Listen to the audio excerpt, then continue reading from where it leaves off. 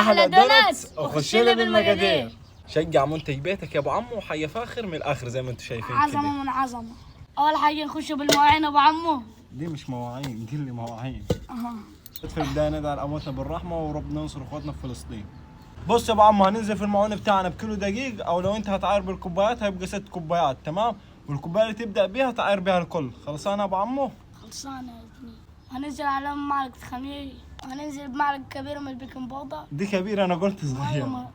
كبيره وصغيره. معلقه صغيره يا ابو عمو، ما تاخدش عليها الواد دي. صغيره بس مليها ايه؟ مليها كبير.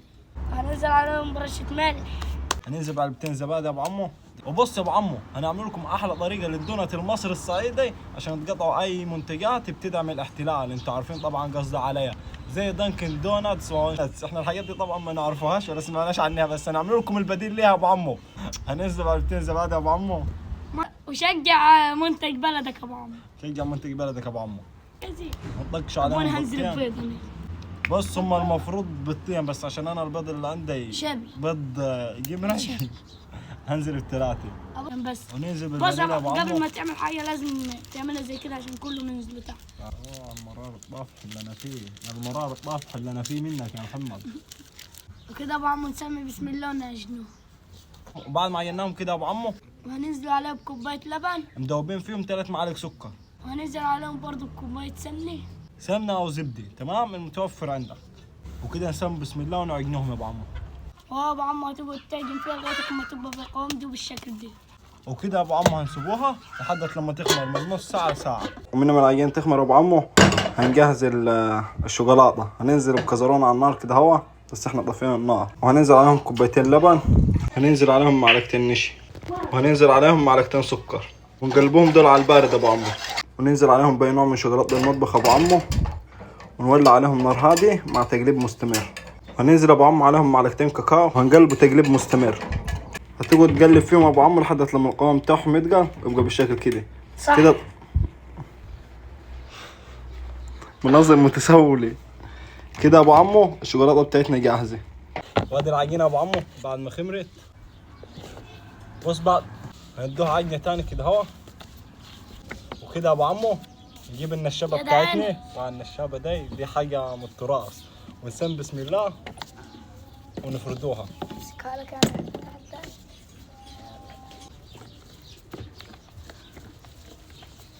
وهذه بعد ما فردناها بالنشابه بتاعتنا ابو عمو. ويعني ما ترهفهاش قوي، يعني سمك تقريبا 1 سم كده هوا، ونقطعوها كده. عندك القطاعه بتاعت الدوناتس يبقى خير وبركه. ما عندك شيء هتشوف اي غطا عندك كده هوا، او اي كوبايه تكون واسعه كده هوا، او اي حاجه. ما توقفش على حاجه. الجيش قال لك اتصرف يا ابو عمو. هنسمي بسم الله ونقطع زي كده هوا.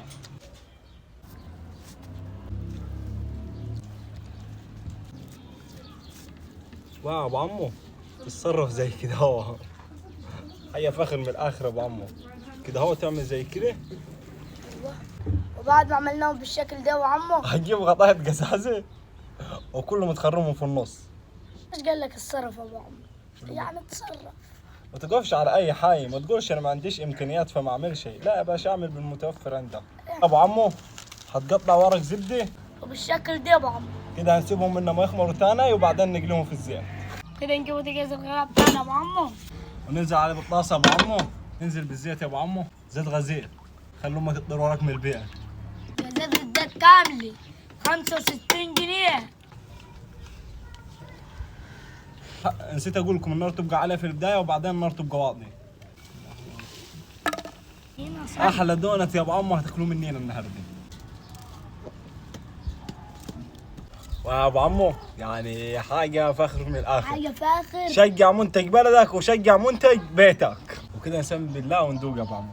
وندوق يعني واعي يا بسم الله. هات يا عم انا هحط كاجو بتاعي. يعني واعي يا ابو عمو حاجه فخر من الاخر. الدواء غمسه زياده في الشوكولاته كده هو.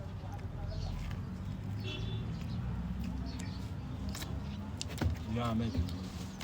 اختار من 10 يا محمد. من 10. وبعدين هو الله وصل على خشمه ده ولا هيقول لكم دي؟ لو عجبك الفيديو يا محمد الله يكفله. صلى على النبي. سلام يا غالي.